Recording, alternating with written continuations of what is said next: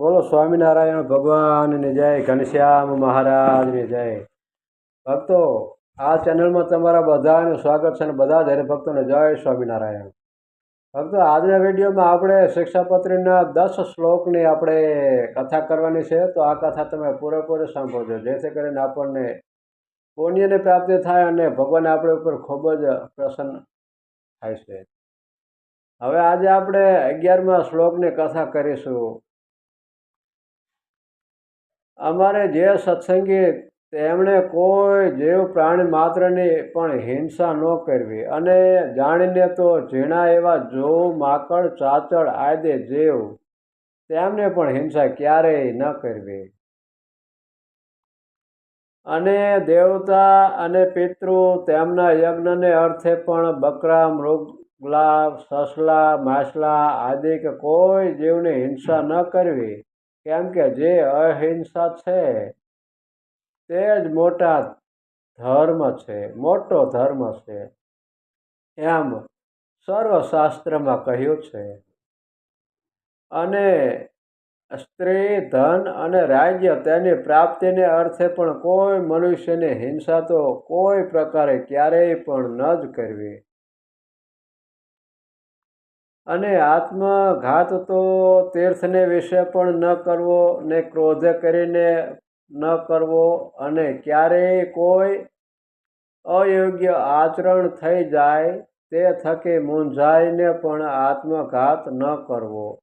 અને ઝેર ખાઈને તથા ગળે ટૂંકો ખાઈને તથા કૂવે પડીને તથા પર્વત ઉપરથી પડીને ઇત્યાદિ કે કોઈ રીતે આત્મઘાત ન કરવો. અને જે માંસ છે તે તો યજ્ઞનું શેષ હોય તો પણ આપતકાળમાં પણ ક્યારેય ન ખાવું. અને 3 પ્રકારની સુરા અને 11 પ્રકારનું મધ તે દેવતાઓનું નૈવેદ્ય હોય તો પણ ન પીવું.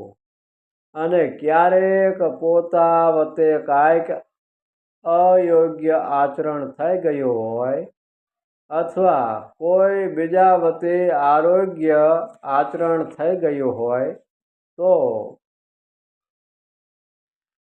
શસ્ત્રાદિકે કરીને પોતાના અંગનું તથા બીજાના અંગનું છેદન ન કરવું, અથવા ક્રોધે કરીને પણ પોતાના અંગનું અને તથા બીજાના અંગનું છેદન ન કરવું. અને ધર્મ કરવાને અર્થે પણ અમારા સત્સંગે કોઈ ચોરનું કર્મ ન કરવું. અને ધણિયાતું જે કાષ્ટ, પુષ્પ આદિક વસ્તુ તે તેના ધણીને આજ્ઞા વિના ન લેવું. અને અમારા આશ્રિત જે પુરુષ તથા સ્ત્રીઓ તેમણે વ્યભિચાર ન કરવો. અને જુગટું આદિક જે વ્યસન તેનો ત્યાગ કરવો. અને ભાંગ્ય, મફર, માજમ, ગાંજો આદિક જે કેફ કરનાર વસ્તુ તે ખાવા નહીં અને પીવા પણ નહીં.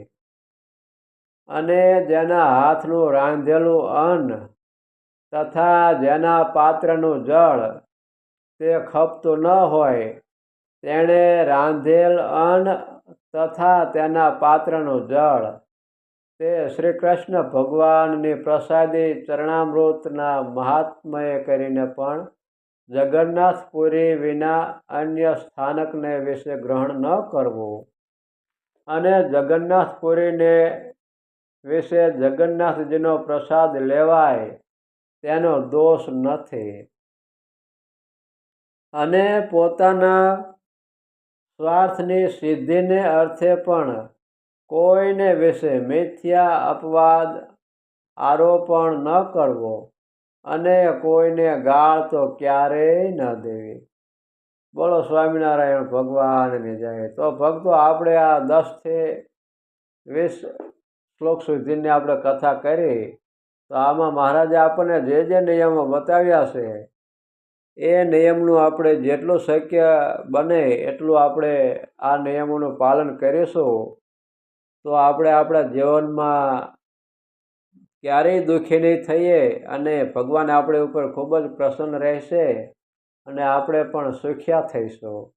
તો ભક્તો, આ ચેનલમાં જો તમે નવા હોય તો આ ચેનલને તમે સબસ્ક્રાઈબ કરી દેજો, વિડીયોને લાઈક કરજો, શેર કરજો અને આ ઘંટડી દબાવી દેજો, જેથી કરીને આવનારી બધી જ કથા તમારા સુધી પહોંચે અને બધી કથાનો લાભ મળે.